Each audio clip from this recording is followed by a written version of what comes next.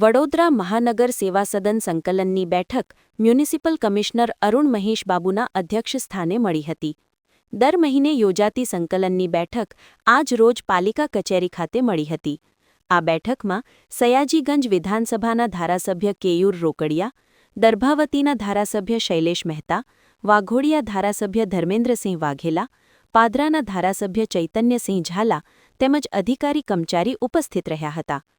બેઠકમાં ડભોઈના ધારાસભ્ય શૈલેષભાઈ મહેતા દ્વારા કરેલ રજૂઆત સંદર્ભે જણાવ્યું હતું કે ભાયલી લિનિયર પાર્ટની કામગીરી બાબત સરકારમાંથી પણ એને મંજૂરી અપાઈ છે. એની કામગીરી ચાલુ કરવા બિલ ભાયલી કલાલીના રસ્તા ખોલવા અંગે ચર્ચા કરી છે.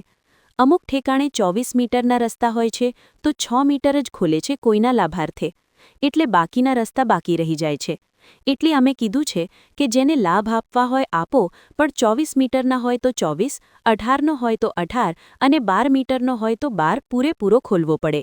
બિલ કલાલીમાં તાજેતરમાં રોડ રસ્તાઓ પ્રોજેક્ટમાં લેવામાં આવ્યા છે, પણ કામગીરી ચાલુ થઈ નથી. તે ચાલુ કરવા ભાયલી ગામ જે ગામતળ કહેવાય એમાં ડ્રેનેજ પાણીની સમસ્યા છે.